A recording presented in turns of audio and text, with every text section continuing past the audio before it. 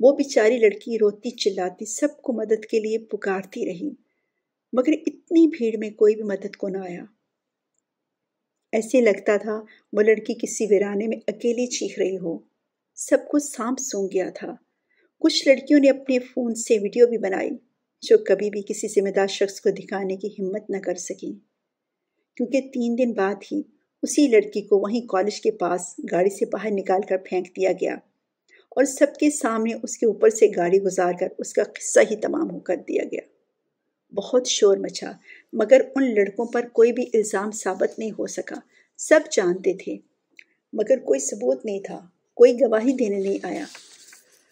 Police کو press کے شور مچانے پر ان کو پکڑنا پڑا، مگر وہ تو بے گناہ قرار پائے۔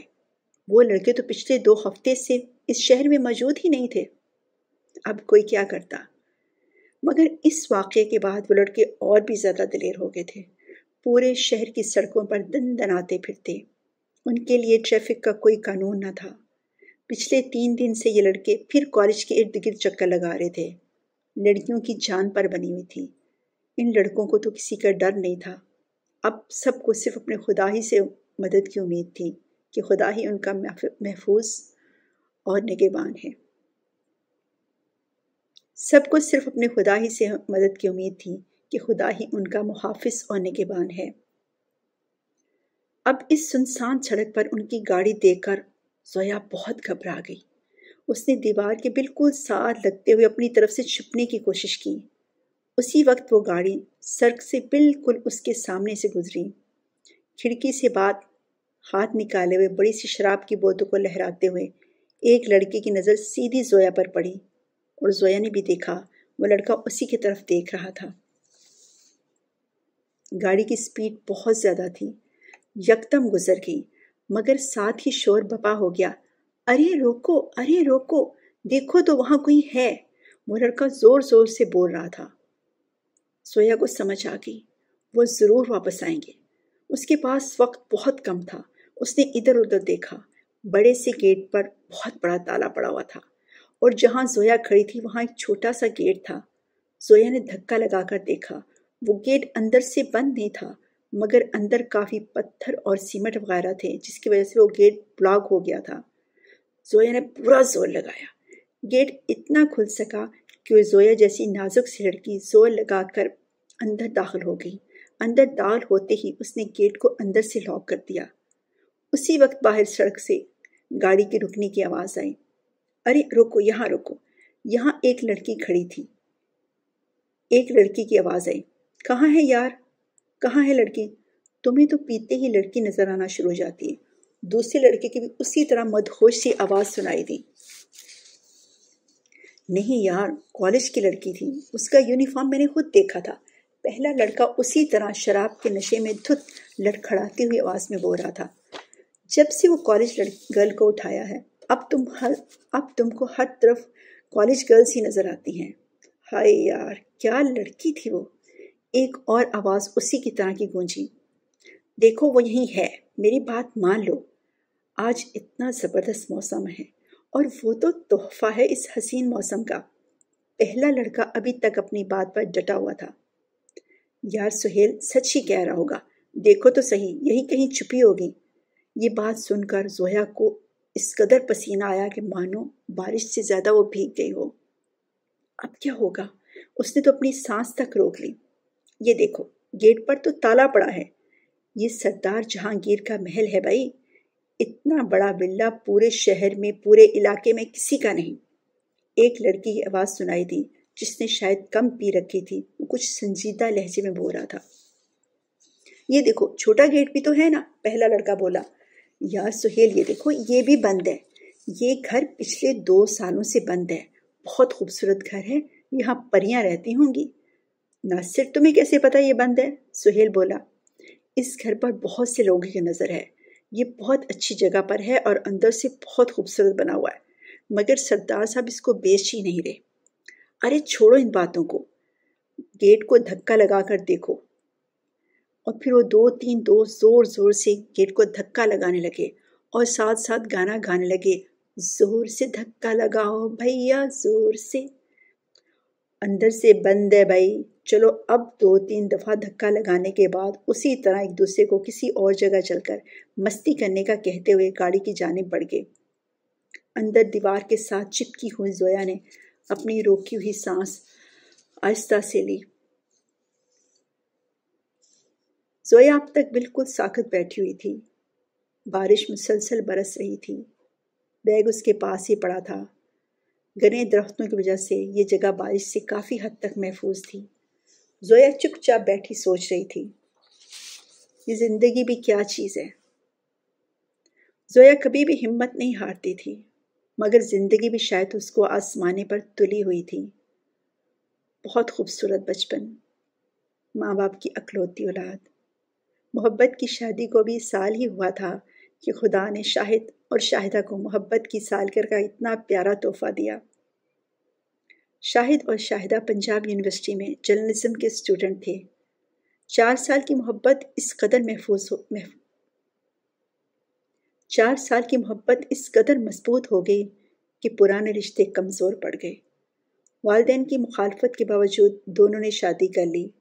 کورٹ میرج کے بعد جب شاہد شاہدہ کو لے کر اپنے والدین کے گھر پہنچا تو شاہد کے والدین کے پاس اس کو قبول کرنے کے علاوہ کوئی چارہ نہ تھا۔ بڑا بیٹا تو مدتوں سے پڑھنے کے بہانے انگلینڈ سے نہیں آ رہا تھا۔ بعد میں پتہ چلا وہاں اس نے کسی گوری سے شادی کر لی ہے جس کے ساتھ وہ کافی دیر سے رہ رہا تھا۔ زاہد کی شادی کا ارمان ماں باپ کو بہت تھا، بیٹی تو تھی نہیں۔ ان کے سارے ارمان، سارے خواب زاہد نے جس طرح توڑے تھے کہ جب چھوٹا بیٹا شاہد اپنی من پسند کی شادی کی ضد کرنے لگا تو ماں باپ کو لگا وہ ایسا ہرگز نہیں کرے گا، کیونکہ شاہد کو اچھی طرح پتہ ہے کہ زاہد کی من ماننے کی وجہ سے اس کے ماں باپ کس طرح ٹوٹ گئے ہیں۔ مگر جب دہلیز پر شاہد کو اپنی نئی نئی دلہن شاہدہ کے ساتھ دیکھا تو ایک لمحے کو لگا کہ ان کا سانس رک گیا ہو، کوئی تصویر دیکھ رہے ہوں جو دوسری بار دکھائی جا رہی ہو، یا کوئی فلم ہو جو نشر مقرر ہو۔ شاہد کی ماں تو کھڑی کی کھڑی سیدھی زمین پر آ گئی۔ اس کا باپ اس کو سنبھالنے میں لگ پڑا۔ جب ہاسپٹل لے کر پہنچے تو دل کے دوسرے دورے میں زندگی ہارنے لگی۔ تب شاہد نے اپنے باپ سے وعدہ کیا، ابا جان، امی جان ضرور تندرست ہو کر گھر آئیں گی، اور اگر میری ماں کہے گی تو میں شاہدہ کو اپنی بیوی کا درجہ دوں گا، ورنہ میں اس کو اسی وقت چھوڑ دوں گا جب میری ماں اشارہ کرے گی۔ خدا بھی اپنے بندوں سے بہت پیار کرتا ہے۔ اس نے دونوں کی لاج رکھ لی۔ شاہدہ کی ماں سوتیلی تھی اور باپ تو بالکل اجنبی بن گیا تھا۔ محبت اور پیار کی پیاسی شاہدہ نے اپنے سسرال والوں کی اتنی خدمت کی اور ان کے دل میں جگہ بنا لی۔ شاہد کی والدہ نے کبھی بیٹی کی محبت اور خدمت نہیں دیکھی تھی۔ شاہدہ عادت کی بہت اچھی، بہت سمجھدار لڑکی تھی۔ صرف عزت اور محبت ہی اس کی زندگی میں کم تھے۔ شاہدہ نے جی جان سے خدمت کی۔ اس کے پاس اس کے علاوہ اور کوئی ٹھکانہ بھی نہ تھا۔ باپ نے تو مڑ کر پوچھا تک نہیں تھا، جیسے اچھا ہوا جان چھوٹی۔ سال بعد جب زویا، شاہد اور شاہدہ گھر پیدا ہوئی تو ماں باپ کے ساتھ ساتھ دادا دادی کی بھی جان بن گئی۔ گڑیا جیسی پیاری، گلابی گال، سنہری بال، مگر اس کی آنکھیں بے حد خوبصورت تھیں۔ اس کی آنکھوں کا رنگ قدرتی طور پہ سمندر جیسا تھا، ہلکا نیلا، جیسے آسمان میں بارش کا پانی ہو۔ خوشیاں بھری زندگی بے حد پیاری تھی۔ پھر پتہ نہیں کہاں سے وہ ظالم شام آ گئی جب اس کے ماں باپ جو سدا ساتھ رہتے تھے ایک روڈ ایکسیڈنٹ میں ساتھ ہی اس دنیا سے چلے گئے۔ شاہد ہمیشہ شاہدہ سے کہتا تھا، شاہد اور شاہدہ بنے ہوئے ہیں ہمیشہ ہی ساتھ رہنے کے لیے، اور پھر وہ ہمیشہ کے ساتھ رہنے کے لیے دوسری دنیا میں چلے گئے۔ زویا بھی گاڑی میں ان کے ساتھ تھی، مگر اس کو زیادہ چوٹیں نہیں آئی تھیں۔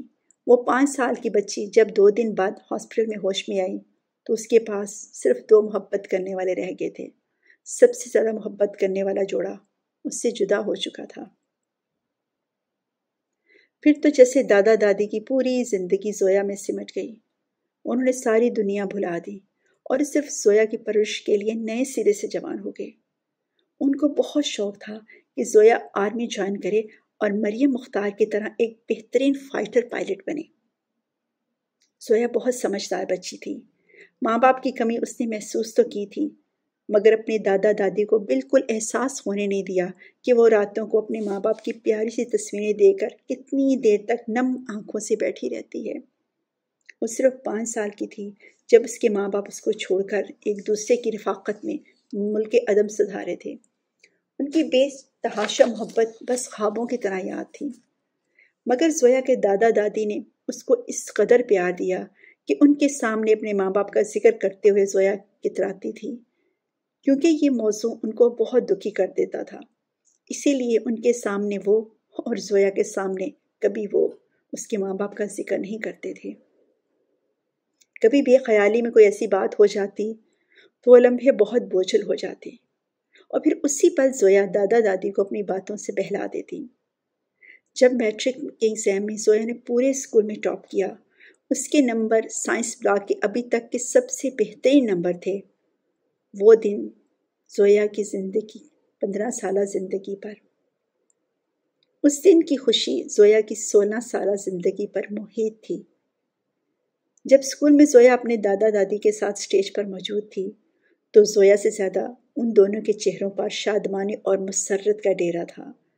اسکول کی ہیڈ مسٹریس نے جب اس کو گولڈ میڈل دیا تو زویا نے وہ میڈل اپنے دادا کے گلے میں ڈال دیا، اور دادا نے مسکراتے ہوئے وہ میڈل دادی کے گلے میں ڈال دیا تو ہیڈ مسٹریس کے الفاظ گونجے، اس بار گولڈ میڈل 3 افراد کو ملا ہے۔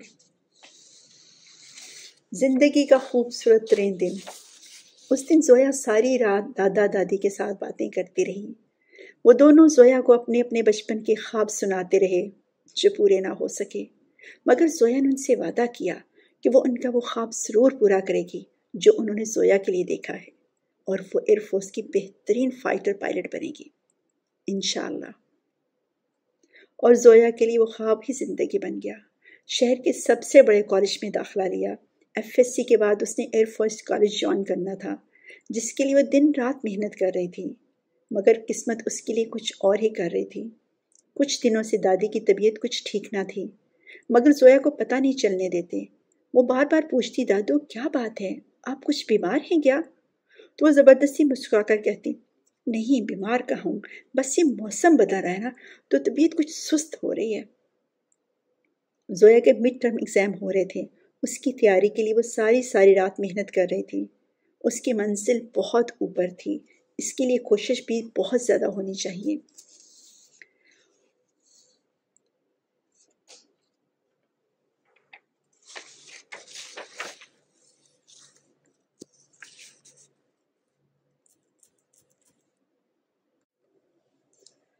زویا بہت محنتی لڑکی تھی، ویسے ذہین بھی کافی تھی، مگر اس کو ساتھ ساتھ بہت محنت کرنی پڑتی۔ اس رات وہ ایگزام کی تیاری کر رہی تھی، اچانک اس کو کچھ نیند آنا شروع ہو گئی۔ عام طور پر دادا ابو اس کے لیے کڑک چائے بنا کر لاتے تھے۔ زویا کے 1000 منع کرنے کے باوجود وہ کہتے تھے کہ ان کو زویا کے لیے چائے بنانے میں بہت اچھا لگتا ہے، اور وہ محسوس کرتے ہیں کہ وہ زویا کو پائلٹ بنا رہے ہیں، اور یہ بات ان کو بہت خوشی دیتی ہے۔ مگر آج دادا ابو نہیں آئے، شاید سو گئے ہوں گے۔ زویا بہت آہستہ سے اپنی اسٹڈی سے نکلی اور چائے بنانے کے لیے کچن میں گئی۔ بہت خوبصورت کافی بڑا گھر تھا، مگر ان تینوں کے علاوہ بس وہاں کریمن بوا رہتی تھی، جس کو زویا بچپن سے دیکھ رہی تھی، بلکہ وہ بھی دادو کی بہن اور سہیلی جیسی تھی۔ کچن کا زیادہ تر کام دونوں مل کر کرتی تھی، ساتھ کبھی ان کی بیٹی رانی آ جاتی۔ سارے گھر کی صفائی اور کھانا پکانا کافی حد تک وہ کر لیتی تھی، ورنہ زویا اور اس کی دادی مل جل کر خود کھانا بنا لیتی۔ بوا کریمن بالکل گھر کے فرد جیسی تھی۔ آج کل وہ گاؤں میں گئی ہوئی تھیں، بس 2 دن 3 بعد واپس آ جاؤں گی، اب میرا وہاں دل نہیں لگتا، یہ کہتی ہوئی وہ بوا کریمن گئی تھی۔ زویا نے کچن کی لائٹ آن کی۔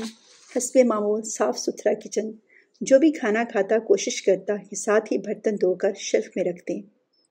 کڑک چائے کا بڑا سمگ لے کر جب زویا اپنے کمرے کی جانب بڑھی تو اچانک اس کی نظر دادا ابو کے کمرے کی طرف گئی۔ وہ زویا کی اسٹڈی سے بالکل دوسری جانب تھا۔ ارے وہاں تو لائٹ چل رہی ہے، ارے دادو سوئے نہیں؟ فوراً اس کا دھیان اپنی دادی کی طبیعت کی طرف گیا۔ زویا آہستہ آہستہ چلتی ہوئی ان کے کمرے کی جانب بڑھی۔ گرم گرم چائے کا فل بھرا ہوا مگ اٹھاتے ہوئے اس سے تیز نہیں چلا جا رہا تھا۔ شاہد کی ماں، تم فکر نہیں کرو، سب ٹھیک ہو جائے گا، اس کے دادا ابو کی آواز سنائی دی۔ آواز کافی مدھم اور کچھ پریشان تھی۔ آپ تو جانتے ہیں زاہد نے آج تک ہمارے لیے کچھ بھی نہیں کیا، کوئی خوشی ہمیں نہیں دی، کبھی پوچھا تک نہیں کہ آپ کیسے ہیں، زندہ ہیں یا مر گئے ہیں۔ شاہد کے جانے کے بعد بھی ایک بار اس نے فون تک نہیں کیا۔ اس نے تو ہمیں بھلا دیا تھا اور ہم بھی اس کو بھول گئے تھے۔ مانا شاہدہ کی زندگی بہت تھوڑی تھی، مگر اس بچی نے مجھے بہت خوشیاں دی، مجھے بہت عزت دی، بڑی خدمت کی اس نے ہماری۔ ہم لوگ زاہد کو بھول گئے تھے کہ کوئی ہمارا دوسرا بیٹا بھی ہے۔ شاہد کی زندگی نے وفا نہیں کی، مگر آپ گواہ ہیں نا کہ شاہد اور اس کی بیوی نے ہمیں اتنی خوشیاں دی ہیں کہ مجھے زاہد کی کبھی بھی محسوس نہیں ہوئی۔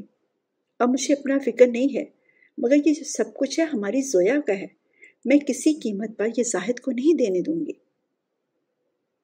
اب روز روز فون کر کے اپنا حصہ مانگتا ہے۔ اپنے حصے کی ذمہ داریاں تو اس کو یاد نہیں تھی، جائیداد بھی اپنا حصہ اس کو یاد رہا ہے۔ دادو کی آواز بہت دکھی تھی، بہت رک رک کر بول رہی تھی، اور دادا ابو ہمیشہ کی طرح چپ چاپ اس کی باتیں سن رہے تھے۔ کافی دیر خاموشی کے بعد بولے، شاہد کی ماں، تم بالکل فکر نہیں کرو، میں اپنی زویا کا حق کسی کو نہیں کھانے دوں گا۔ ہمیں مضبوط ہونا ہے، زویا بھی بہت کم عمر ہے، اس کو ہماری ضرورت ہے۔ تم بالکل ہمت نہیں ہارنا، ہم دونوں بہت مضبوط ہیں اور یہ ہماری جائیداد ہے، ہماری مرضی، ہم جس کو مرضی دیں۔ ویسے بھی جب زاہد انگلینڈ گیا تھا تو کافی خرچہ ہوا تھا، بعد میں 5 سال تک میں اس کو یہاں سے پیسے بھیجتا رہا ہوں۔ اس کو یاد نہیں، لیکن میرے پاس سب کچھ لکھا ہوا ہے۔ زویا بالکل ساکت ان کی باتیں سن کر پتھر ہو گئی۔ اس کو پتا نہیں تھا کہ اس کا کوئی اور رشتہ بھی ہے۔ دادا ابو اور دادی کے بعد اس کا کوئی ہمدرد تھا تو صرف بوا کریمن تھی، جو اس کو گڑیا کہتی تھی۔ زویا کی زندگی میں اور کوئی رشتہ نہ تھا، بلکہ ان سب کی محبت نے کبھی کمی ہی نہیں چھوڑی تھی کہ وہ اور کوئی رشتہ تلاش کرتی۔ جہاں تک اسکول میں بھی کوئی ایسی سہیلی نہ تھی جس سے وہ دل کی بات کھول کر کرتی۔ دادا دادی نے سہیلی کی، بہن بھائی کی، ماں باپ کی، ہر رشتے کی کمی ختم کر دی تھی۔ ویسے بھی زویا کے پاس مستقبل کا خواب بہت مضبوط تھا، اس لیے وہ دوستی اور سہیلی کے رشتے میں نہیں پڑتی تھی۔ زویا کو یہ تو معلوم تھا کہ اس کے ابو کا کوئی بڑا بھائی تھا جو صرف تصویروں کی حد تک ان کی زندگی میں شامل ہے، ورنہ آج تک کوئی رابطہ نہیں ہوا تھا۔ زویا کے لیے اس کی ساری کائنات یہی گھر تھا، اور اس گھر کے مکین اس کے سارے رشتے تھے۔ اب زاہد تایا کے بارے میں سن کر بہت عجیب لگا، بلکہ پہلی بار ذہن میں زاہد تایا کا نیا رشتہ آیا۔ زویا کافی دیر خاموش کھڑی رہی، اس کو سمجھ نہیں آ رہا تھا وہ اندر جا کر دادا ابو اور دادی اماں کو کیا کہے۔ پھر وہ چپ چاپ اپنی اسٹڈی کی طرف مڑ گئی۔ ٹیبل پر بیٹھ کر وہ چائے پیتے ہوئے کچھ سوچ رہی تھی جب اس نے دیکھا دادا ابو اس کے لیے چائے لے کر آ رہے ہیں۔ اس نے فوراً مسکرا کر ان کو دیکھا۔ دادا ابو، آج میں نے خود چائے بنانے کی کوشش کی تھی، نہایت بد ذائقہ لگ رہی ہے۔ آپ کے ہاتھوں کی چائے کا ذائقہ اتنا زبردست ہے کہ اب اور کوئی چائے اچھی نہیں لگتی۔ زویا نے خود جان بوجھ کر بات بڑھائی تاکہ دادا ابو کچھ تو اس پریشانی سے نکل سکے۔ ارے زویا بیٹے، نے خود چائے بنا رہی؟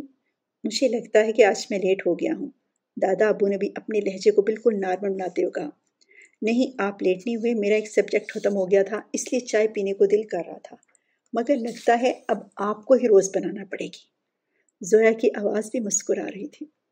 زویا، تمہارے لیے چائے بنانا جب تم اسٹڈی کر رہی ہو تو مجھے بہت اچھا لگتا ہے، بلکہ میں تو سارا دن انتظار کرتا ہوں کب راحت ہو زویا کو اسٹڈی میں چائے دینے کے لیے جاؤں کہ دیکھوں کتنی تیاری ہو رہی ہے۔ دادا ابو کی آواز بالکل کسی فکر مند باپ جیسی تھی جس کے بچے امتحان کی تیاری کرتے ہیں اور والدین چاہتے ہیں کہ وہ خوب محنت کریں اور سب سے زیادہ نمبر حاصل کریں اور زندگی میں بہت کامیاب ہوں۔ دونوں ایک دوسرے کی بے خبری میں بہلا رہے تھے کہ پتہ نہ چلے کون کتنا پریشان ہے، مگر یہ پریشانی چھپ نہ پائی۔ زویا کالج سے جیسے ہی گھر واپس آئی، باہر ایمبولینس کھڑی تھی۔ دادا ابو دادو کو لے کر ہاسپٹل جا رہے تھے۔ کریمن بوا رو رہی تھی۔ کیا ہوا؟ دادو کو کیا ہوا ہے؟ زویا کو تو جیسے سانس ہی رک گیا۔ کچھ نہیں بیٹے، تم فکر نہیں کرو، تمہاری دادو کی طبیعت کچھ خراب ہے، میں ان کو لے کر ہاسپٹل جا رہا ہوں۔ میں بھی جاؤں گی۔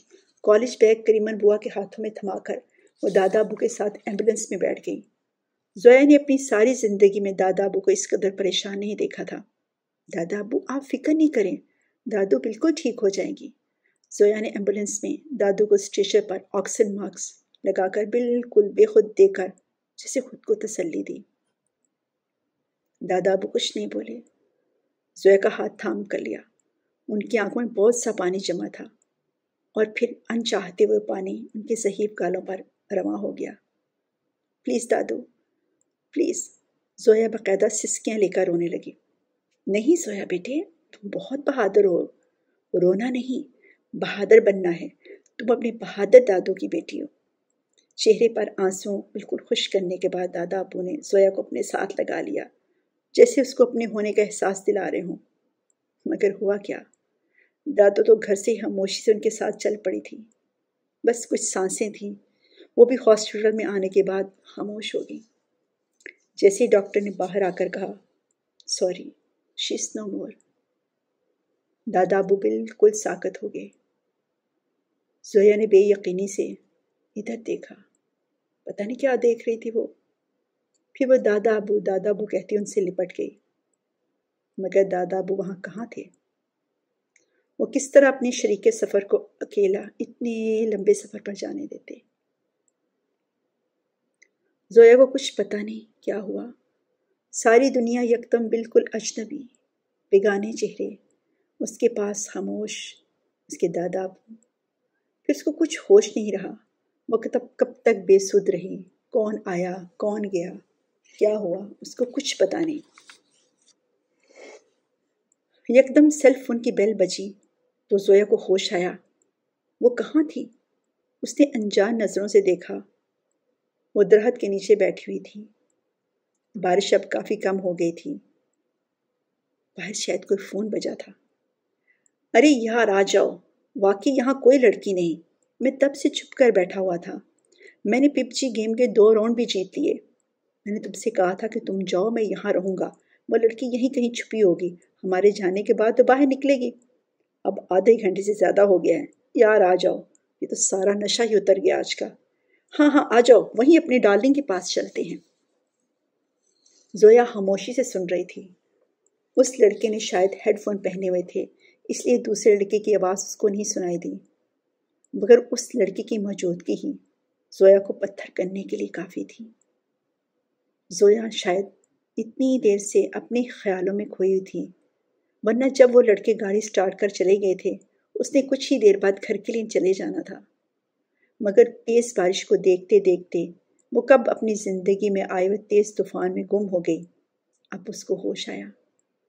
تھوڑی دیر بعد پھر اسی گاڑی کی آواز آئی اور لڑکے اس لڑکے جس کا نام سہیل تھا اس کا خوب مذاق اڑاتے ہوئے آئے اور وہ ان کے ساتھ چل پڑا۔ نہیں ملی تمہیں وہ لڑکی جو تم نے خیالوں میں دیکھی تھی؟ پتہ نہیں یار، شاید وہ خیال تھا یا سچ مچ پری تھی۔ یار چڑیل ہوگی، دوسرا بولا۔ نہیں یار، میں نے اس کو دیکھا تھا، کیا لڑکی تھی، بے حد خوبصورت، مگر اس کی آنکھیں جیسے سمندر کا پانی ہو، بارش کے پانی میں سمندر کے پانی جیسی آنکھیں۔ لو، بارش کے پانی میں پانی والی آنکھیں، سمندر کے پانی والی آنکھیں، یہ کیا ہوا بھائی؟ خواب ہی ہوگا۔ آوازیں دور جانا شروع ہو گئیں اور پھر گاڑی چل پڑی۔ زویا تو اس بات سے ہی بے حد پریشان تھی کہ وہ لڑکا اتنی دیر سے اس سے کچھ دور ہی موجود رہا۔ یہ تو خدا کا شکر ہے کہ بارش برستی رہی اور زویا وہاں بیٹھی رہی۔ سوچوں کے دھارے میں پتہ نہیں کب تک وہ شاید کہیں کھو گئی تھی یا سو گئی تھی، جس کی وجہ سے زویا بچ گئی۔ اور یہ سوچ کر زویا نے خدا کا شکر ادا کیا، واقعی وہ بارش اس کے لیے باعث رحمت و نجات ہے۔ ان لڑکوں گئے ہوئے کافی دیر ہو چکی تھی، مگر زویا کی اب بھی ہمت نہیں پڑ رہی تھی یہاں سے نکلے اور گھر جائے۔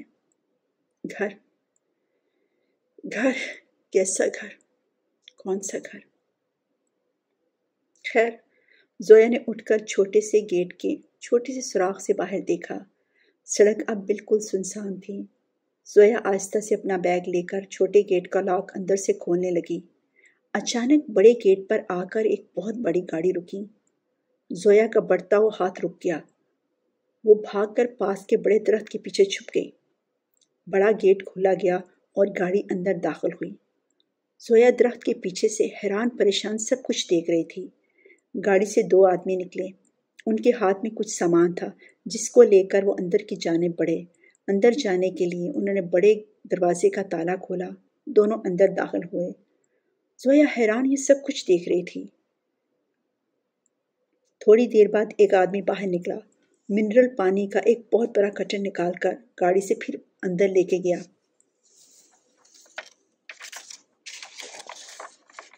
زویا درخت کے پیچھے چھپی سب کچھ دیکھ رہی تھی۔ تھوڑی دیر بعد وہ دونوں آدمی باہر آئے۔ وہ حلیے سے ملازم ٹائپ لگ رہے تھے۔ انہوں نے اسی طرح بڑے گیٹ کو تالا لگایا۔ اب کی بار وہ اندر سے کچھ سامان لے کر آئے تھے جن کو دیکھ کر لگتا تھا کہ اندر سے کھانے وغیرہ کا سامان تھا۔ خالی پانی کی بوتلوں کا بڑا پلاسٹک کا بیگ۔ انہوں نے سارا سامان بڑی گاڑی کی ڈکی میں رکھا۔ گیٹ کھولا، گاڑی باہر نکالی اور پھر اسی طرح گیٹ کو باہر سے تالا لگا دیا اور گاڑی لے کر چل پڑے۔ ایک بار پھر خاموشی ہو گئی۔ شام ہونے کو آئی تھی اور کچھ بادلوں کی وجہ سے بھی آسمان گہرا ہو رہا تھا۔ زویا درخت کے پیچھے سے نکلی۔ اب کی بار پھر باہر سڑک کی طرف جھانکا۔ باہر اسی طرح خاموشی کا راج تھا۔ زویا اتنا تو سمجھ گئی کہ اندر کوئی ہے جس کو شاید قید کیا گیا ہے اور اس کو کھانا سپلائی کیا جا رہا ہے۔ بڑا سا لان آہستہ آہستہ طے کرتے ہوئے اس بڑے سے گھر کی دیواروں کے ساتھ چلنے لگی۔ بہت سی کھڑکیاں تھیں مگر سب بند تھیں اور ان پر گہرے رنگوں کے پردے پڑے تھے۔ ویسے بھی کھڑکیاں کافی اونچی تھیں۔ کوئی روشنی، کوئی آواز، کچھ نہیں تھا، مگر زویا کو یقین تھا کہ یقیناً اندر کوئی ہے۔